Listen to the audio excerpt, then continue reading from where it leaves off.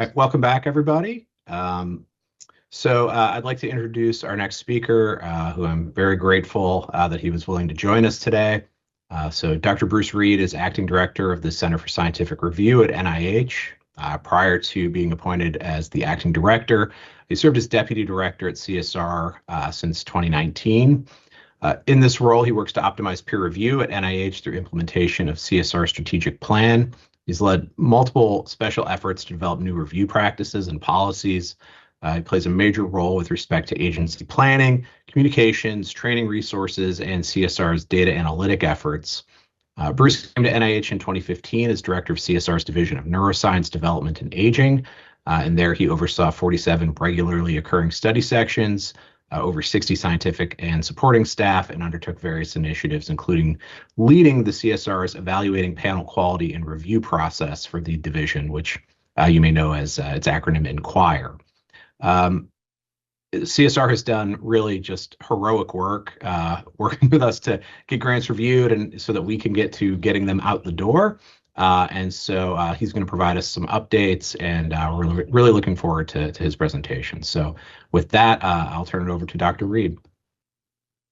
All right, thank you. Let me just get the slides sharing.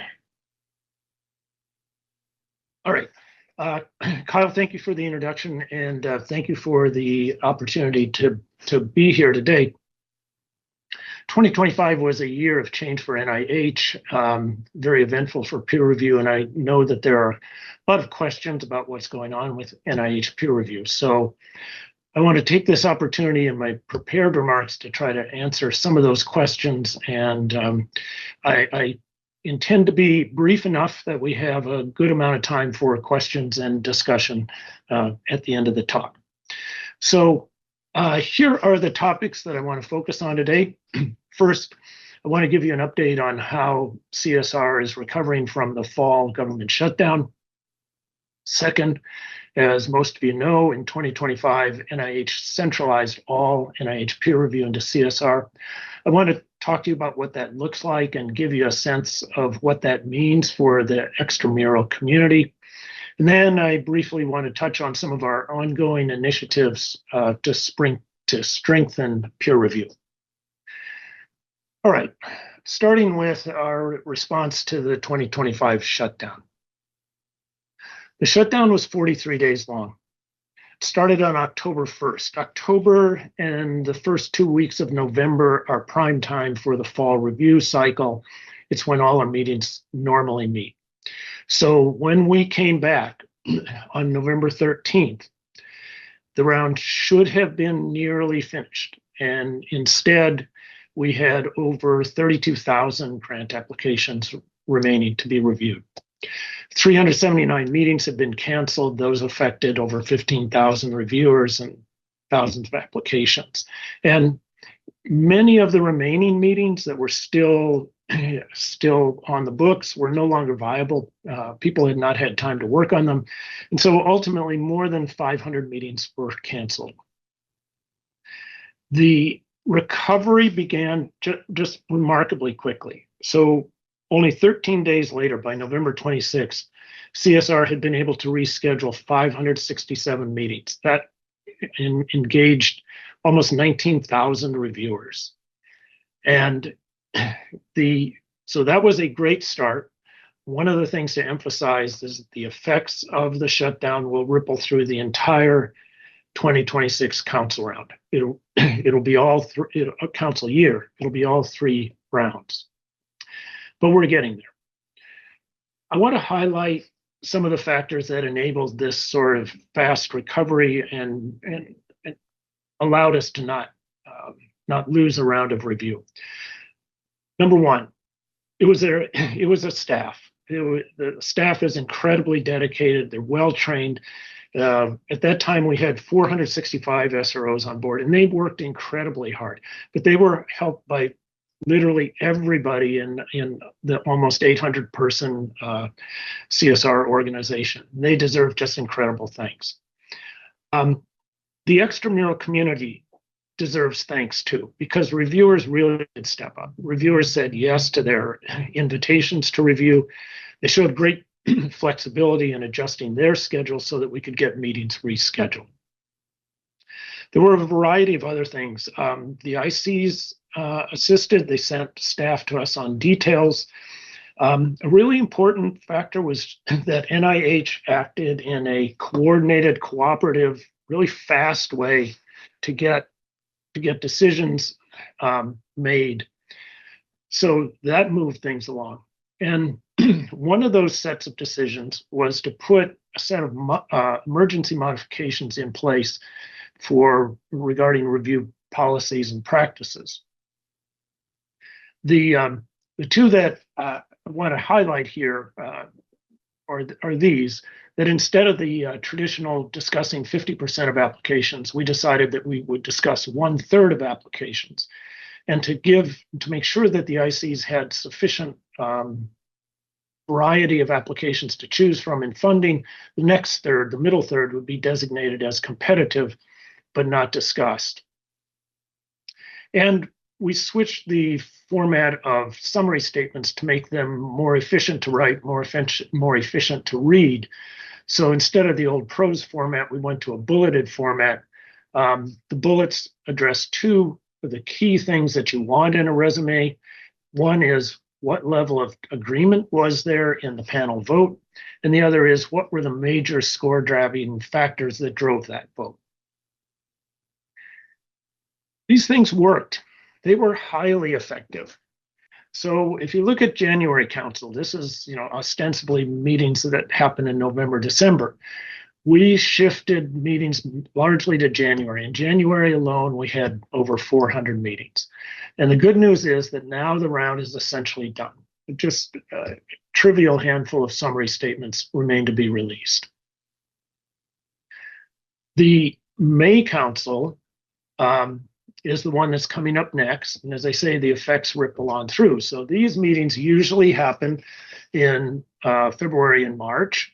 They're not. We have 33,600 applications facing us, but the meetings are beginning to run at this point. The meetings are running later than usual, so they are running through the end of May. But that said, I'm confident that we're going to be able to get all the summary statements released by June 15th, which is what we've promised the institutes. And then looking ahead to the October Council, these are the review meetings that happen in June and July. We're catching up. So if you look, the January Council reviews were set back about 2.5 months. The May Council reviews are delayed about a month. For the October Council, things will be set back some. You'll see more meetings in August than usual. We are hopeful that we can meet our usual summary statement deadlines for that council. So we're definitely getting there. Okay, with that, I want to turn to the topic of the centralization of NIH peer review. This was a big change. You may have questions about it. As background, until 2025, NIH had actually 24 administratively distinct review shops. So there was CSR, and then there were 23 Institute Center review branches. In many ways, they were similar. All 24 units had standing study sections, all ran special emphasis panels, all followed the same NIH review policy, but there were substantial local variations in practices. There were also major differences in the types of the applications that were reviewed. So specifically, CSR did almost all of the R1s, did 85% of the fellowship applications, did 85% of the small business applications. The Institute review branches, on the other hand, did most of the trainings. So your career development, your Ks, your institutional training Ts, the multi-component applications, the PO1s, et cetera. They did all contracts, loan repayment. The R1s that they did were usually sort of IC-specific initiatives. In aggregate, CSR reviewed 77% of applications. The 23 other review shops together managed 23% of applications. But about half of all NIH review staff were out in the review branches, and in the last couple of years, NIH had become aware that per application review costs were much lower at CSR than anywhere else. And so, with that backdrop, in March of 2025, NIH announced that peer review would be centralized at CSR. NIH cited the interest in eliminating duplicative efforts and increasing efficiency and consistency. I think you all remember that in early 2025, NIH was under intense pressure to achieve operational efficiencies, and the incoming NIH leadership identified review as one of those areas where we could achieve efficiency and directed that this happen. It was a rapid timeline. So the announcement came out on March 6th, and by June 1st, all review was managed by CSR. All applications were being reviewed. All review staff were at CSR.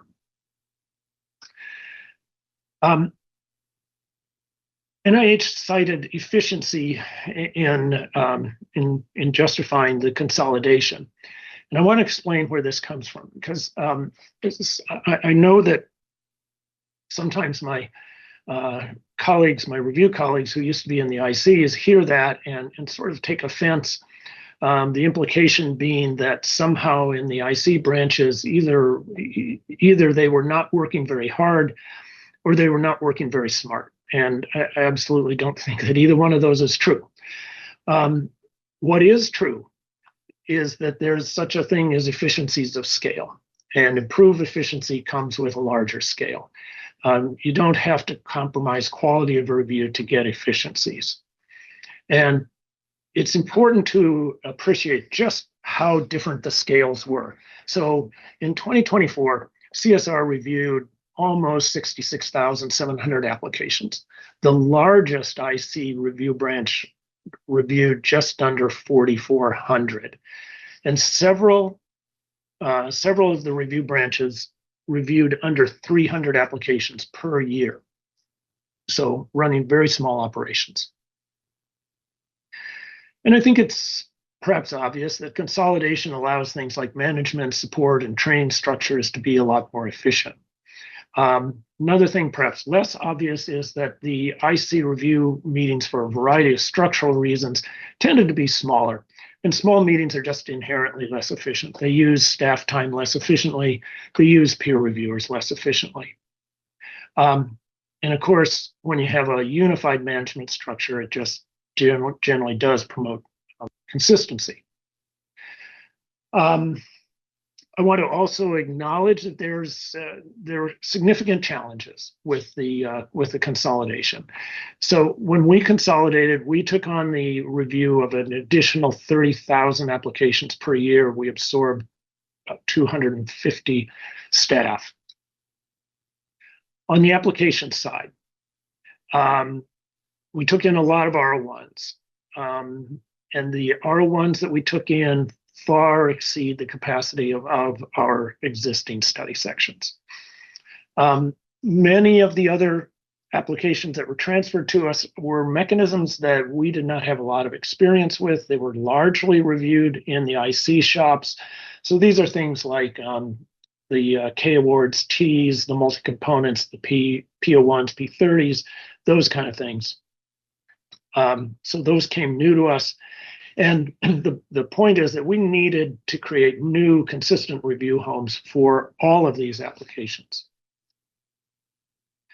There were administrative and logistical challenges, transferring the people, the supervisory assignments. We had to get space. We moved staff. Everybody's now in a single building just off the main campus here on 4 floors and a tower here.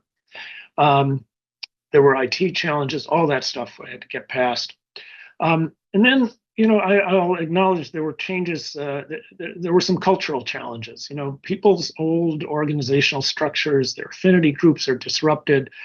And as I said before, there were differences in policy interpretation, some differences in review practice, work roles, et cetera. We have to work those through. We are addressing these challenges, so just briefly, first of all, we're working closely with every IC. Senior CSR liaisons meet regularly with senior IC program staff to discuss important funding announcements, review considerations. We want to make sure we're all on the same page. We have moved quickly to standardize review practices. To do this, we've really leaned on the incoming staff, the people who used to be at the institutes and had experience with these kind of applications, and we've created standard guidance for the review of the Ks, Ts, etc. Our training unit is really strong. It provides a lot of central resources. It's been focusing on providing transition training, what's different about CSR, continuing education stuff for all of our SROs, training people in the implementation of the emergency modifications. All of this has helped a lot. And one of the things that I want to spend just a little bit of time here on is that CSR is reorganizing. We are creating new review branches. We're creating new study sections. By doing so, we will give better attention to application referral, to the oversight of review meetings, and we'll be able to give better attention to staff management, staff development. And I said we need new review homes for the applications. This is how we do it, by building new branches and new study sections. And in this process, this will create more transparency and predictability for applicants. Let me show you just a little bit more of what we're doing. So I said new branches. We're creating 10 new branches, 2 for each of our divisions. Over the next couple of years, we will be chartering 52 new study sections. These are to handle what we call overflows. So right now, many of our standing study sections are running a full, sometimes 2 overflow meetings, special emphasis panels every round. That's not a good situation. It's better to know ahead of time where your applications are going. So we will be adjusting guidelines of existing study sections and creating new ones to scientifically group applications in new panels. And as I say, the benefit for the applicant community is that this is more transparent. You get better predictability of where things are going to be reviewed. You see rosters in advance, standing rosters, and so forth. In addition, we don't build standing study sections for Ks, Ts, fellowships, that sort of thing, but we are creating standing, it's their equivalent in recurring SEPs. So dedicated recurring SEPs that will focus on training applications. There'll be 42 of these multi-component applications. We're going to have 24 of these altogether spread out across the breadth of CSR. The description of all these panels, as these things begin to go live, they will all be on CSR's website. Sometimes it's better to show than tell, and so here's just a little picture of what this looks like. What you're looking at here across the top are the acronyms of our 5 review divisions. And so, for example, this one's Division of AIDS, Behavioral Population Sciences. And below you have the branches that we had until just a couple weeks ago. So 5 branches for DABP listed here. So with reorganization, you see in the darker colors that these are being added to every division. And if you look at where they land, it would make sense to you. So so take DABP, so Behavioral Population Sciences. So there's a new branch on health technologies and methodologies. Or if you looked at the at DTCS, so this is the division that handles most of the cancer reviews. It's handling 2 new, it's building 2 new cancer branches because of the influx of applications from NCI, basically. This doesn't fully tell you what's going on, so I'm going to show it just one more image. So what I'm going to do now is blow up one of these. So I'm going to take this green column. This is our basic biology division. And what does that look like? So, okay, now you have the branches across the top, and the purple are the old ones, the black are the new ones. But what I really want to call attention to, so you're looking at the structure of branches within that division. And so what are you looking at? All these green boxes are existing standing study sections. And you see they're going to be spread out across all of the branches. And they're clustered in a scientifically sensible way. These peach colored things, these are all the, oops, I'm sorry. There we go. Okay, the peach things, these are overflow steps right now. And you see there's a lot of them. The blue stars indicate that overflow panel is going to become a standing study section. So that's where we're headed with a lot of those. And then what are these other boxes? Well, the red outlined things, these are branch panels that are going to look at, that'll be dedicated to the review of training applications. And then some of the others, the sort of medium blue here, these are small business panels. And then in dark, you see that the division has a handful of panels that are going to be dedicated to the review of multi-components. So the P30s, the PO1s, those kind of things. So big point about this is things are organized scientifically in a sensible way to provide good oversight and good review homes. Okay, that was a lot. If you get nothing else out of it, I hope that you can take this home, that the quality of review remains high following centralization. So the expertise of the reviewers is still there. The SROs are recruiting the same reviewers. The review staff expertise is largely retained. As I told you, all these 250 review staff came over to CSR, so all of their knowledge came with them. I alluded to our training program. It's really strong. It's one of CSR's assets, and I think that is absolutely good for everybody. And again, we're working closely on an ongoing basis with every institute. The reorganization is a good thing. We need to provide consistency, predictability, and transparency for the applicant community. This will do it.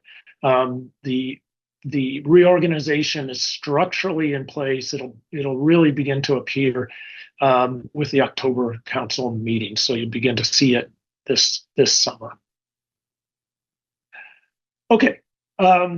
Then just briefly, I want to talk about a couple of not recent things, but important things, ongoing initiatives to strengthen NIH peer review. Over the past 6 years, CSR has done a lot to change peer review to improve the evaluation of scientific merit. And if you look at the themes of these things, there are things like improving competition, enabling better judgments of significance and innovation, promoting fairness, and broadening opportunity. It's been through a whole constellation of changes. And in a normal year, in a year of less institutional change, these are the things that I would be talking to you about. But this morning, I'm just going to touch on them briefly and just on 3 of them. So the simplified review framework and our efforts to broaden the reviewer pool and to try to end the overuse of reviewers. The simplified review framework, this came into effect in 2025, and it was a significant change. It was the most significant change to the review of research project grants in a couple of decades. It grew out of an effort to simplify review criteria with the aim of directing reviewer attention to the key scientific judgments that they are uniquely qualified to make. But that was the goal. And in this process, we realized that we had an opportunity to address multiple concerns that had lingered for a long time about NIH review. And by those, I mean these kind of things. So I think many of you are aware of these kind of things, complaints that reviewers don't pay enough attention to significance and innovation, that they overemphasize methodology, especially methodological flaws. And those things come together. And so there's a concern that reviewers tend to be risk averse, sort of potentially overlooking innovative stuff in favor of stuff that's methodologically safe. Another big concern has been the undue influence of reputation, of the reputation of investigators in the environment. That's unfair. It makes it more difficult for the lesser knowns to be competitive, regardless of the quality of their ideas, and that's not good for anybody. So SRF takes on all of these things. I'll walk you through it just real briefly. There are 5 criteria that are legally specified. It takes those criteria, restructures them into 3 factors. So applications receive 2 numeric scores plus a dichotomous score plus an overall impact score. So what are the 3 factors? Factor 1 is importance of the research. And importance in the research asks reviewers to think about significance and innovation, and considering them together, make a judgment about how important the proposed studies are. It sort of corresponds to the question of should it be done. Factor 2 is rigor and feasibility. So this is just approach, but it frames consideration of approach and what's really important. So will the work is the work feasible, and will it result in rigorous and replicable results? It kind of corresponds to the question of can it be done well? And the third question, expertise and resources, you need to know that the expertise and resources needed to do it well are there. And that's what factor 3 gets at. So it focuses reviewers on those things. The other big change in implementing simplified review framework is that for the first time, NIH gave reviewers guidance about how you should weight the factors. Up until now, reviewers have been told, weight the criteria however you like in generating an overall impact score. That lots of applicants find that murky, and when you think about it, it really doesn't make very much sense. And the new guidance, I think, is much more sensible. What it states is that factor 1, the importance of the research, sets a limit on how good the overall score can be. In other words, a score can't be better than its importance. As my first chair actually used to say to us, a study that's not worth doing is not worth doing well. And that sort of codifies that idea, and so it gives the guidance that you judge the importance, and that sets that caps the score that you should get. And this, I think, really is having an impact. So what we're beginning to see is that importance of the research looks like it's carrying more weight. So again, many of you may be aware that over the last decade, there have been a couple of studies that have shown that if you look at what drives overall impact scores in peer review, in NIH peer review, it's approach. And this is one of those studies. So it's a big study, and over here you have the criteria. And just want to draw your attention to approach and significance, and you see that in what determines overall impact score, they both do. But as you see, approach is weighted twice as heavily as significance in determining those scores.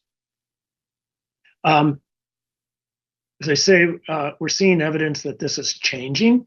So here's an analysis from the first 31,000 applications that were reviewed under the simplified framework.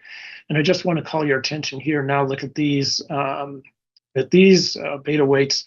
So factor 1, that's importance. Factor 2 is rigor and feasibility or approach.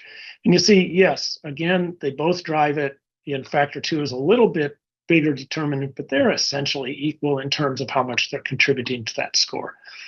That seems more reasonable to me. I think we're making progress. We clearly have work to do in this respect. Okay, and then I'll finish up just in 2 to 3 minutes here. I just want to comment on our efforts to broaden the reviewer pool. So why is this important? For a variety of reasons. It brings in fresh perspectives. It brings in healthy variety on panels. It reduces the potential for gatekeeping, helps keep our roster scientifically current, and it distributes the benefits of study section service. NIH has approached this change through a variety of mechanisms, and we're really beginning to see those effects. High service has been almost eliminated, and you see now a much better mix of sort of full versus associate professors on panels. Let me show you what this looks like. So here you're looking in these graphs. So on the left, you have what it looked like in 2018, 2019. On the right, you have what it looked like in 23, 24. And okay, so what does this mean? The blue dots are people with crazy high review service. These are people who were serving at least twice in every round of review continuously for for 12 years or more. That's a lot. And even the people in yellow, these are people who are serving at least once around all that time. The green is actually where most people lie. And you can see, you can just appreciate visually the change in what the effect of all the change in policies and guidance has. The blue dots are virtually gone. This big pile of people with still high service, much eliminated. And you have proportionately many more people in this, what I think of as sort of healthy range of service. And then I said we've been changing the mix of standing members according to faculty rank. So what does this actually look like? Look over here on the left, back in 2019. What you see in the light blue is that 74% of the members were full professors. Just under 21% were associates. Invisible percent were assistants. And that's changed over the last few years. And if you look at what it was in 2024, you essentially see an even split between full professors, associate professors, and you see a small group, about 8% of assistant professors, which, again, to my mind, is a much more reasonable mix of career stage being represented on review panels. Okay, so to wrap up, let me just say, where are we going? Well, broadly, we're trying to get back to normal. As I tried to show you, we're on track for a normal fall review cycle. It would be great to get there. We have a big reorganization to implement. We have a lot of study sections that we will be beginning to charter over the next couple of years. We've got to populate those rosters. Longer term, improving peer review has been a commitment of CSR for the last many years. It will continue to be so. We need to look at the impact that the emergency modifications are having. We need to look at the implementation of the simplified review framework. We've also made big changes in how fellowships were reviewed. Didn't talk about those today. That's another big change that we need to evaluate, try to implement even better than we are. And we're developing a variety of resources, training resources, both for reviewers, but also for public consumption to facilitate consistent high quality review and transparency. Okay. Let me stop talking and take your questions. So I'm going to stop sharing so I can see you and we can talk.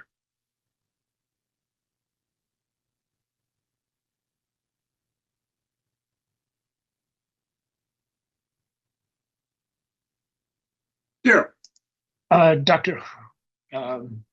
Okay, David, you want to moderate? Yep, Dr. Hood. Oh, thank you very much. Dr. Reed, thank you very much. That was more information than David, which is hard to do. So just one question. Now, when you indicate that those they're going to be 9 new study sections, correct? There's going to be more than that. We're going to have 52 new study sections. We've got 10 new branches. Okay. Don't worry about the branches. The branches is kind of our organizational thing. That's just who's managing it. But there's a lot of new study sections in there. Yes. Okay, so I'm trying to wrap my mind around the categories that you currently have on that chart as special emphasis panels that will convert to study sections going forward, right? Yeah. And so, 2-part question. And so, of those study sections, I mean, that seems like it's going to be 90 to 100 new people. And so what category would you say those individuals need to come from of your blue, gold, and green cohorts there in that chart? Well, so what would you like to see? Well, okay, so what's happening? I mean, the way to look at this is we have a lot of our standing study sections are just oversubscribed now because the consolidation brought in all of these applications. So we have a study section that's designed to take 80 applications. Now they're getting 150 or maybe 200 applications. And so what's happening is they're getting split off into a special emphasis panel, but it's done kind of on a case-by-case basis. It's not a predictable structure for the applicants. So you submit, it goes to this study section, but whether it ends up in the study section or ends up in a special emphasis, very hard to predict. Right. And so what we want to do is make that predictable. So we would take that study section that's getting all those applications, and we will divide up the topics in some sensible way. It's going to be sort of fractionating the topics and then building predictable review homes for those applications. The reviewers we kind of have now, I mean, we will appoint new people as standing members, but people are coming to review those now. We're getting them reviewed, and I think we're getting appropriate people. It's just not very predictable in advance for applicants, because the special emphasis rosters are formed round by round, whereas the standing panels, have a membership roster that's in place. You see ahead. So that's where we're headed with that, and we do it by where are things oversubscribed. So we're sort of letting the numbers guide us, and then we'll make scientifically coherent decisions about how we ought to break that out. And those incentives will remain the same for what's that? The incentives, existing incentives. How do you? Well, okay, that could mean lots of things.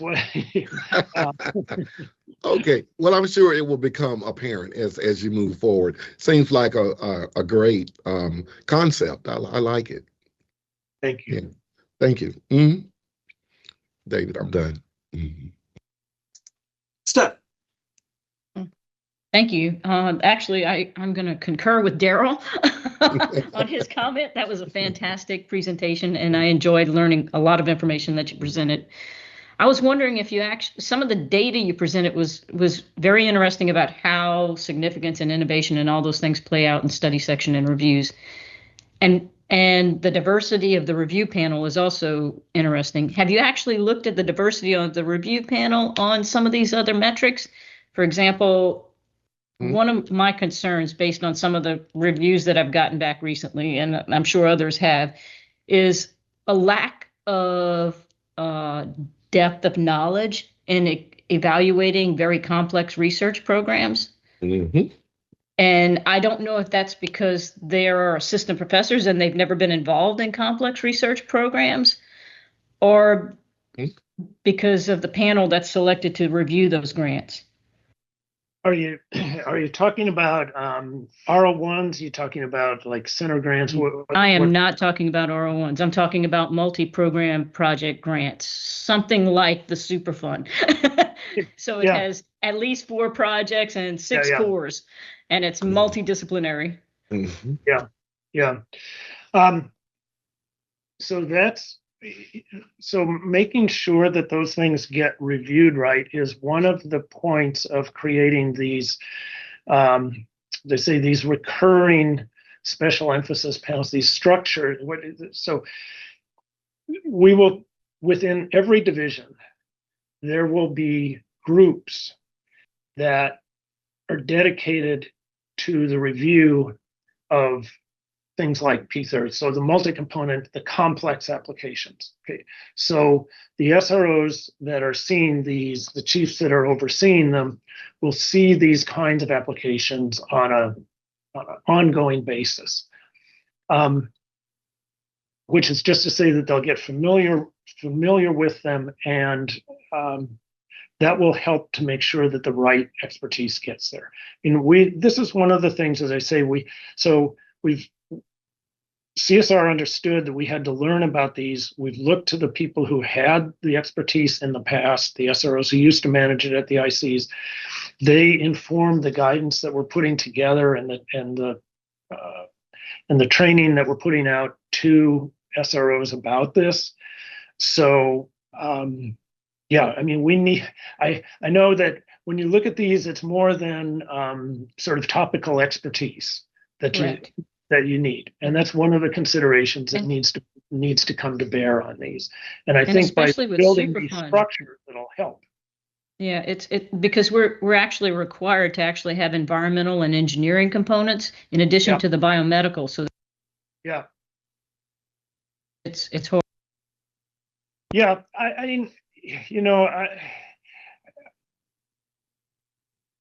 I want to say both sides of these. One is that we certainly are benefiting from the experience of the people who came from the ICs. That's absolutely true.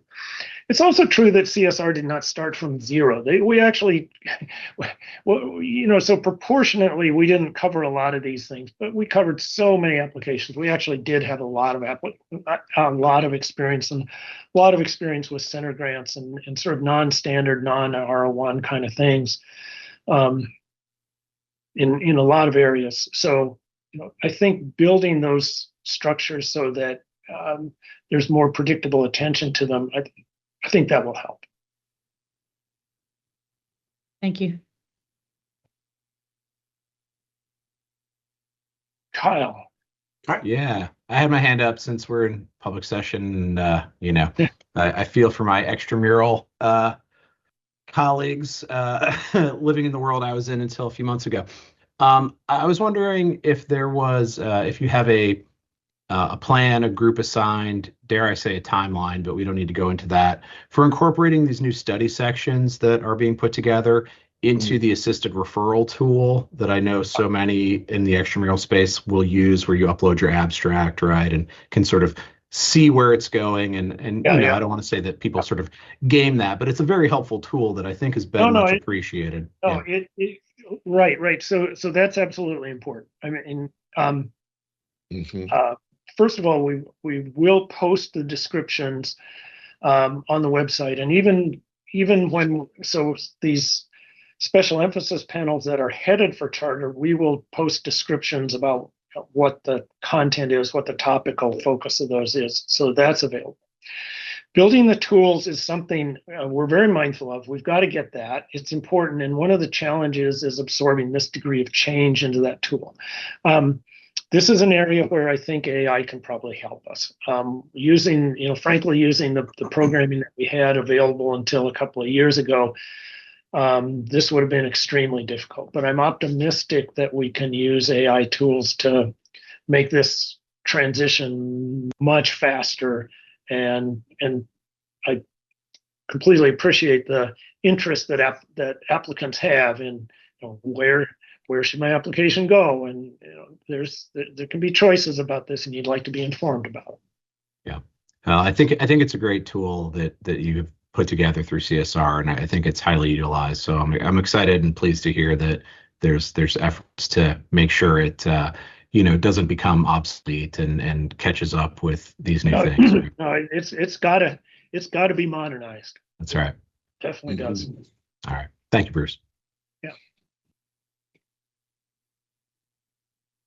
David, I'm not seeing other questions, and we're at our quarter after. Are we good? I think we are good. Thank you very much, Bruce. All right. Fantastic presentation, and I think a lot of useful information for our community. All right. Thanks, everybody. Thank you, Bruce. Thank you, Bruce. All right. We are, I believe, moving on to Ashlinn. Is that right? That's correct. Okay. So I'll go ahead and introduce Ashlinn. She can get herself on the screen here. Great. So Dr. Ashlinn Quinn is going to give us an update on the NIEHS Health and Extreme Weather Research Program. I think I showed maybe 2 or 3 slides during my presentation. I expect I didn't steal too much of her thunder. So Ashlinn's a program officer in our population health branch and a lead for our HUE program. Her areas of expertise include environmental epidemiology as well as implementation science.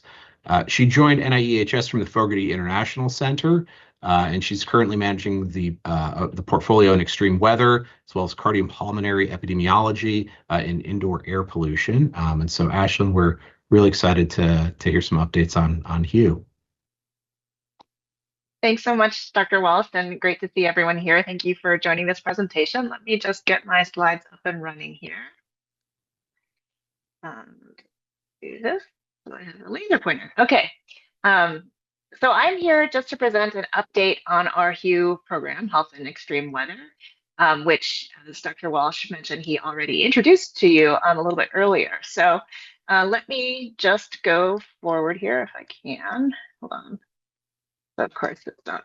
Let me move this over to this side and see if I can actually click and make this go forward. Sorry. I even did do a little trick check. Okay, I'll use the arrows. Here's an outline of what I'll be speaking about today. Just introducing the program, which actually Dr. Walsh already did, so I'll be doing that very quickly. But then the bulk of my presentation here is going to be focused on an update on some of the activities that have been going on kind of under the aegis of this program. We have a research coordinating center called CAFE. We also have a network of exploratory centers for research development that use our P20 mechanism. We have a program called ACE-PATH, which is under the Alliance for Community Engagement. We also have an ongoing collaboration with the NSF on disaster research. We've been working very heavily in the data space, so I'll give an update on our data efforts in this area, and then talk about our HUE intramural program. And this just to end with a few thoughts on moving forward with this program. So Dr. Walsh mentioned this during his remarks. So health and extreme weather is an area of research emphasis within NIEHS, but it's also an NIH-wide program. And that program has its own webpage and strategic framework. And the QR codes here will lead you to those resources that I encourage you to check out for a little bit more information on the NIH-wide program. And I wanted to mention that this is a collaboration across NIH. So although NIEHS does take a lead in the program, we have collaboration across many other ICs. And what you can see in this diagram, in the little circles that kind of go around the edge there, are the names of the institutes and centers at NIH that are members of the executive committee for this program, meaning that their director sits on our executive committee and helps direct the strategy and vision for this program. I also want to mention that, aside from the official HUE program, NIH has been funding work in health and extreme weather for many years. So this is a snapshot of what our unsolicited portfolio looks like. So unsolicited meaning that these applications came in to the parent announcements we have at NIH, like for the R01s, R21s, FKs, and that sort of thing. They were not in response to specific RFAs. And I'm just showing fiscal year 21 through 25 here, but we certainly were funding awards prior to this date as well. And I think what you can see is that, from fiscal year 21 to about 24, we did have a pretty, solid increase every year in the amount of awards that were made in this space. And this really corresponds with the number of applications that we received as well. So this has been an area of interest for our research community for many years. As you know, fiscal year 25, we had some challenges across NIH, but I'm pretty happy to see that actually we remained about flat in terms of our ability to fund new competing awards in this space in fiscal year 25 as well, pretty similar to fiscal year 24. And again, this represents the awards that were made in this area of science across all of NIH. The proportion that does come to NIEHS does tend to be about 50% of the total across all the applications and awards across the NIH. On this slide, sorry for all the words, but I just wanted to give some examples of the types of grants that we are funding in this unsolicited portfolio. This is just, for the purposes of demonstration, these are just awards that were made in fiscal year 25, and I've kind of color-coded them by areas of science. And you might remember from Dr. Walsh's presentation, there was kind of a sunrise diagram there that had some prioritized areas of science listed around the edge.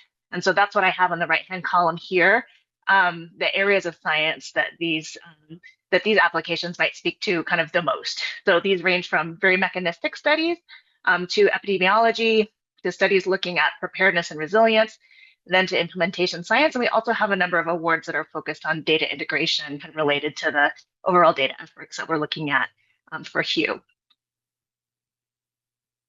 Okay, so now stepping in to some of our kind of more solicited or strategically envisioned programs within the Health and Extreme Weather Program. So on top of the applications we received through the parent announcements in our unsolicited portfolio, over the last years, we've also expanded our ability to fund research in this space through a number of NOFOs, or Notices of Funding Opportunity. I'm just going to give an update on those next. So the first is our Research Coordinating Center, which is called CAFE. CAFE is an award that's made jointly to Boston University and Harvard. And it's an acronym actually that stands for Convene, Accelerate, Foster, and Expand. So one of the things that CAFE has been working on is building a community of practice in the health and extreme weather area of science. And to date, they actually have over 3,200 people who've joined up, into this community of practice, who actively receive newsletters, guidance from CAFE, and take part in the many activities that CAFE supports. And these include things like efforts designed to build capacity. So for example, pilot awards, mentorship, and webinars. They've also developed a number of resources and also helped to crowdsource resources for the community. And they are also actively working in our data management area. And the QR code on this page will take you to the CAFE website. For capacity building, I tried to put a lot on this slide, covering many of the things that they've been active in, but they've been holding some State of the Science webinars on topics related to health and extreme weather, also half-day topical events. So for example, on hurricanes, wildfires, and health. There's an upcoming one actually on March 31st on infectious disease and extreme weather that you can still register for if you're interested on the CAFE website. And then they've also hosted 2 cohorts of public narrative, and this is kind of building some skills for the research community to engage with their community through research communication. They provide other support to our grantees by fostering networking and collaborations among them. They've also been supporting mentorship. A cohort of 25 mentees recently completed kind of a session with them, and they also have facilitated connections for mentorship using a matchmaking tool. And lastly, they've been funding pilot projects. And again, this is an effort to get new kind of researchers or early stage investigators into the space of health and extreme weather. They've been very active in data activities and also in the educational resource collection of materials that they call their Educational Resource Hub. So on the left-hand side here, I have some information about the Dataverse collection that they have been building for CAFE. There are over 1,000 data sets now in there that relate in some way to health and extreme weather. Many of these are exposure-based data sets. And they also include the migration of many large databases in. And this has actually helped to fill a gap when certain federally funded initiatives had no longer had their funding to maintain their databases. Some of those are now available still to the public through the Dataverse collection. CAFE has also been developing publicly available code and tutorials to help use data in this science area. And they're doing all this in collaboration with NIH and our NSF-funded centers as well. On the right, a snapshot of the Educational Resource Hub, where they've been crowdsourcing educational resources, and they currently have over 180 of these. and the crowdsource form is still open and ready to receive more suggestions from the community of practice. Okay, so moving on now to our P20 awards for research center development. I just wanted to refresh everyone's memory about what our objectives for this RFA were, and then tell you how many we have now. So the objectives for the P20 RFA were to plan and develop sustainable research capacity in this area of science, to develop a thematic science area through transdisciplinary research activities, and to build and maintain authentic partnerships to engage communities. So over 2 rounds of submissions, we currently have 21 active centers of this type. And I've shown on the map here how they are distributed across the US. And we're pretty happy to have representation across many areas, although of course not all, of the United States that have a P20 center. Just some examples of the health outcomes in extreme weather events and conditions that are being studied within this group of centers. You'll just see that it's really quite broad, right? So it goes from cancer, where we have a center working on that, to post-disaster asthma, depression, and vector-borne disease, heat and air pollution, the aging brain and neurodegeneration, heat, pathogenic microbes, and environmental toxicants, and then heat and wildfires. And again, there are more than this. I just wanted to give kind of a flavor or a taste of what's going on. And then in terms of activities and actions happening at these centers, these are also quite broad. But we have a lot of solutions-based work. So put here an example of solutions for health impacts of air pollution and respiratory health happening in Wisconsin. We have a group at Tufts that's working on anticipatory action plans, so really being prepared for extreme weather, and that group is working in 6 low and middle income countries. We have some centers that are working on implementation science solutions, such as the one at the University of Washington, some that are testing solutions for heat stress, such as the Harvard one, and many that are doing community engaged research, of course, but some working on developing and implementing interventions using these approaches. And the example here is the UCSF P20 Center. On this slide, I'll introduce it and then just give you a moment to read, because in the process of speaking with our PIs for these P20s, we just wanted to understand kind of like how these were different in terms of the structure that the P20 specifically enabled. Different than what you'd be able to get through R01s or other kind of research projects, I would say. So some of the themes I think that came out from these discussions were that this structure really enabled the P20 awardees to overcome silos, disciplinary silos, to engage a lot of new partners that might not have been engaged in this space with academics previously, and to build capacity for research at their institutions. So let me just pause for a moment and let you read a couple of these on your own.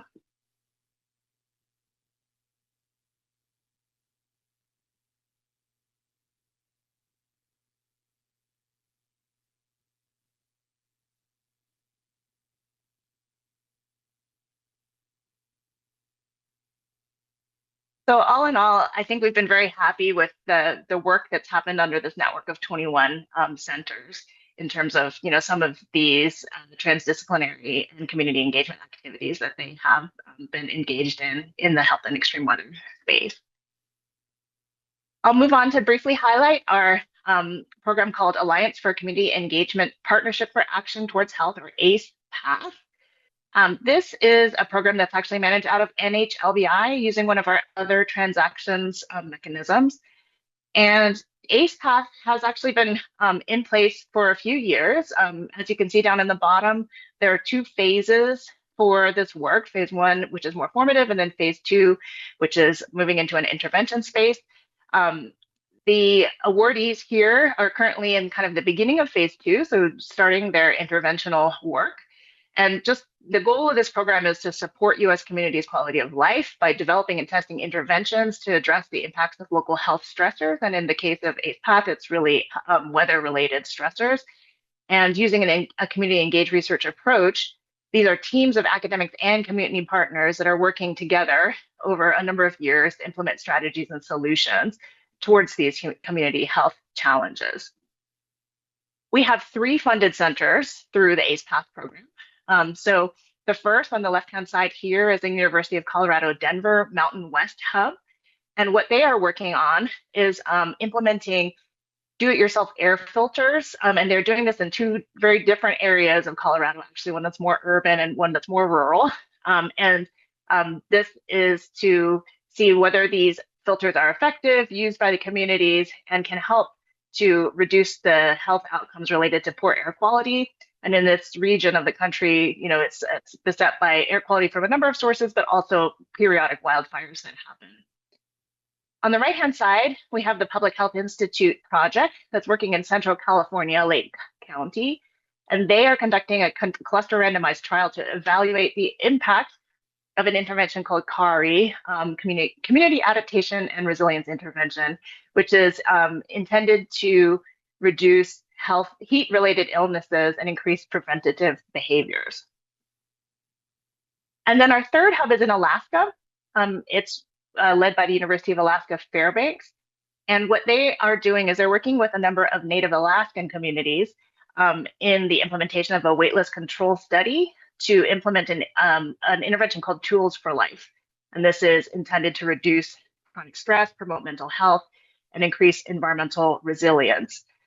This project actually got some attention by kind of the top levels of our government leadership.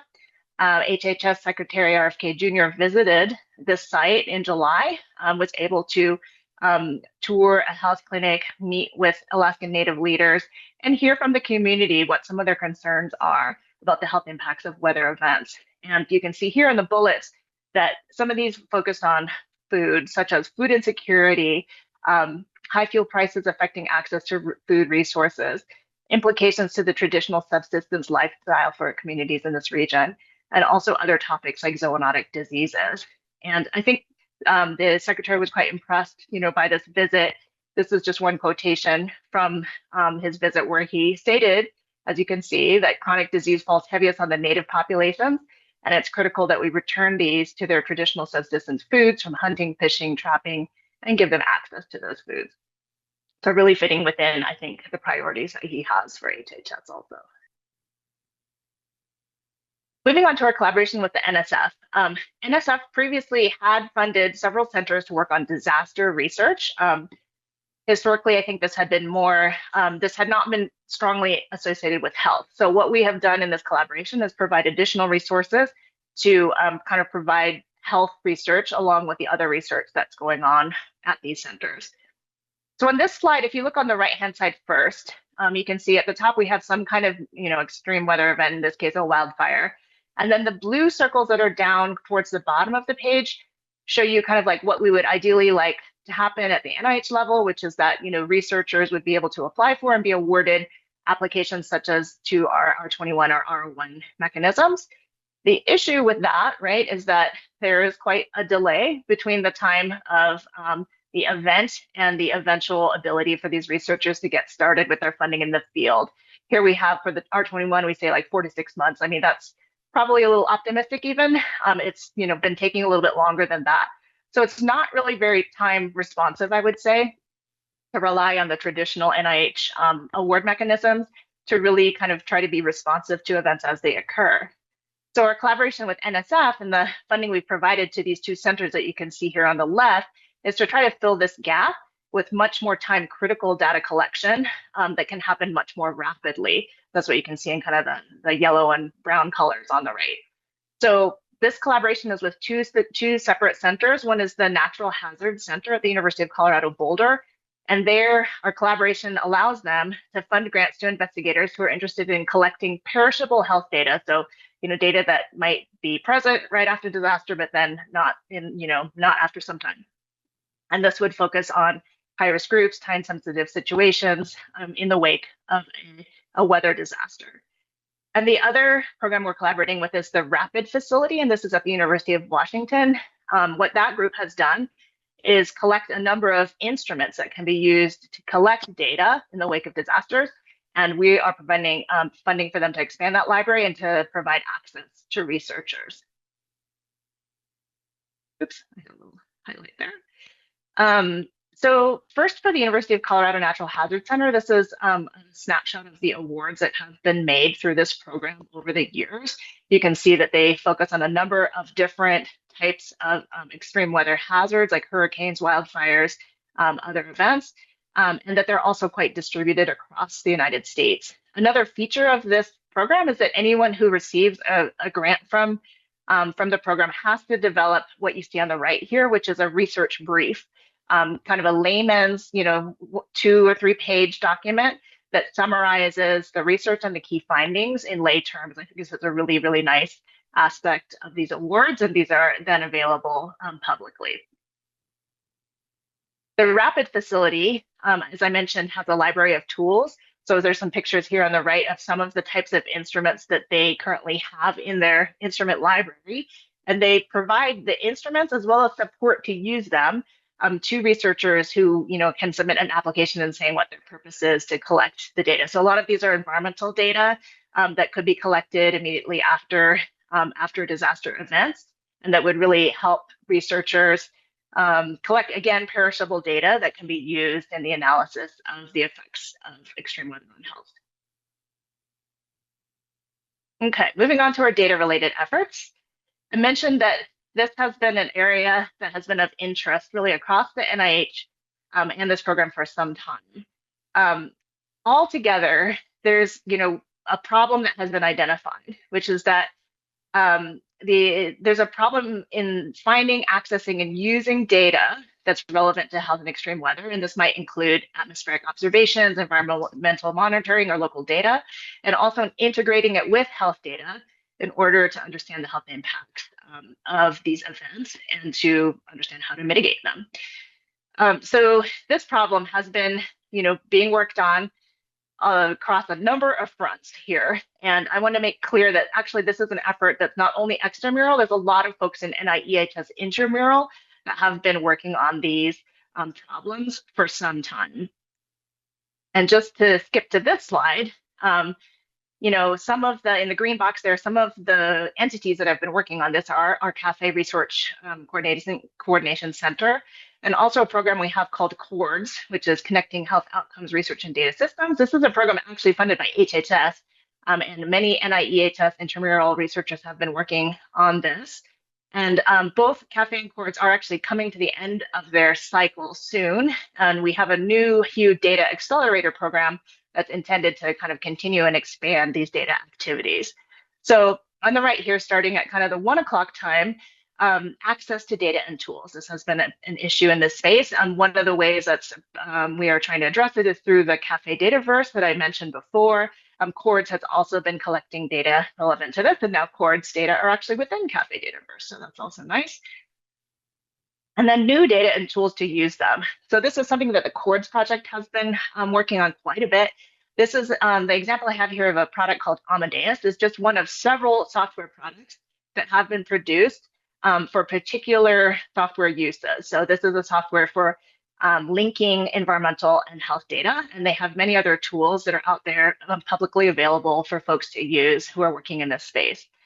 The CORDS webpage can be found at that QR code on the right. For training materials, this is something that really both CORDS and CAFE have been working on a lot and been gathering materials related to training the community and how to use and best integrate data. Standards and policies is something that we're starting to work in with Data Accelerator. There's a group called Odyssey that's looking at standards for geospatial data that we're working with pretty closely. And we're also developing use cases. So this, for example, is an example of one use case that's been produced of asthma prevalence and smoke exposure through the CORDS program. And lastly, to get the information, all this great work that's being done out to the community of practice is something we've really been relying on CAFE for. So I think you can see there's a lot going on here, much more than I could really talk to you today, but I wanted to just give at least a brief update on what's been happening in this space. So in the past few slides, I mentioned that our intramural investigators have been involved in the data efforts, but we also have a separate HUE intramural research program. And this is specifically for the principal investigators across all the NIH to get them more involved in research in the area of health and extreme weather. So this program has been active for a few years and has actually made already 2 rounds of awards. So these are awards that are made to NIH intramural investigators, like I said, but across many institutes at the NIH, and you can see the awardees there on the right. And it's for these folks who might be, researching something that's not directly extreme weather related, it's for them to expand their research into the area of health and extreme weather. So you can see some of the example topics on the left there of projects that have received small awards through this research program. Just an update on what's happening in the intramural program. So I mentioned we've had 2 rounds of these intramural PIs supported with awards, and the 3rd round is actually currently under review, and I believe the awards are still anticipated to be made later this month, so that's pretty exciting. New this year, we also have an ORISE Scholars program, and this is going to support postdoctoral fellows in the intramural program, and we hope to have 6 of these with the awards anticipated in May. And lastly, there are some heat exposure chambers for animal research that have been purchased. These are environmental chambers that would allow investigators to control conditions for temperature and humidity, for example, and see what some of the mechanistic effects are in the animal models. So the update on that is that we have the equipment. That's the big news, but there are some renovations happening at NIEHS that have meant that we haven't been able to install it yet. But that should be happening at any moment, and that equipment will be available for ICs to use just a bit later in fiscal year 26. Okay, I think I got through the quick update. So just looking forward, what's happening with this program in the next few months? Well, first thing is we're having a grantee meeting in April, which we're pretty excited about. It's going to be at the NIH main campus in Bethesda. We're also going to be launching a new Scholars program. The Scholars program is really to bring outside academics into kind of a little bit of a partnership with an NIH IC to help share some of what they're doing with IC staff. It's a little bit of an internal capacity building effort for the NIH.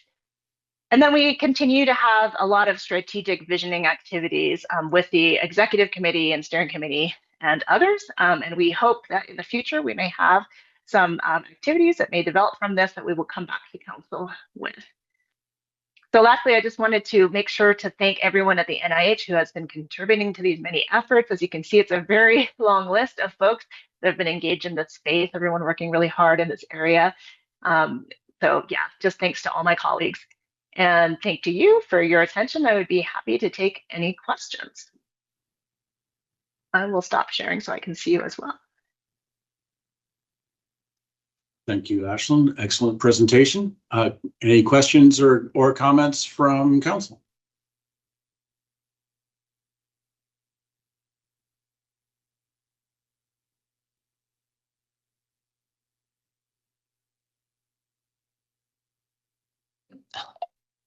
Maria. Hi, Ashlinn. Thank you so much for this informative presentation.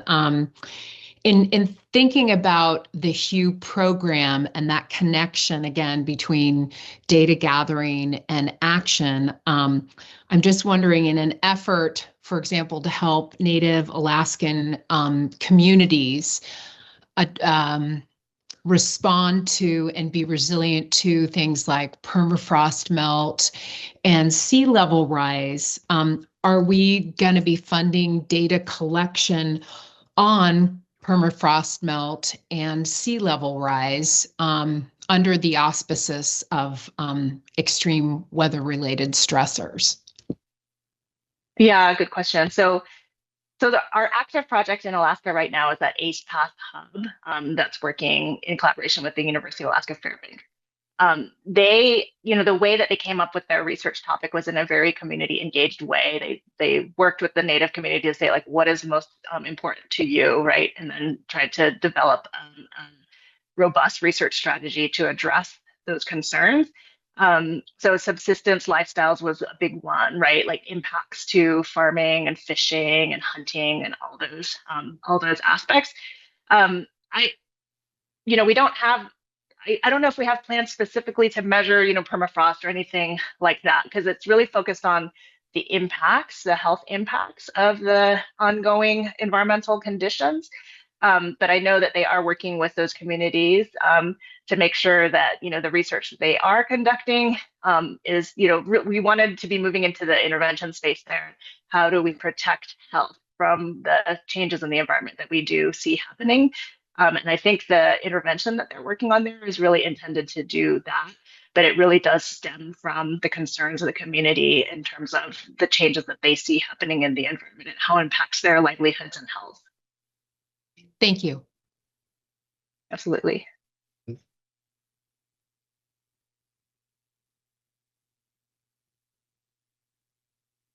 Any other questions or comments from council?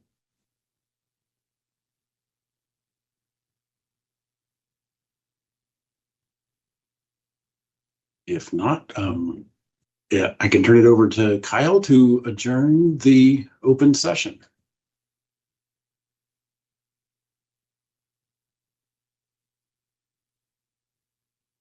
Okay. All right. Well, thank you, Ashlinn. Thank you, everyone, for joining and attending the open session today. I'm looking closely at my notes, and unless I get a note from Ashley, I don't think there's any red text federal required thing I need to read right now. Nope, you just bang so your we're virtual gavel Yeah. and and just move on. So we're going to adjourn the open session now. We will begin the closed session a little later, 1:45. Is that still our plan, David? Or correct. That Yep. is okay. Yep. So we will see many of you back here for that. So thank you for your attention. Also, really appreciate the really thoughtful questions that are going to be incredibly helpful for myself and for our whole extramural program to really think through, how to move these things across the finish line and make the impacts we're looking towards. So thank you all, and we are adjourned.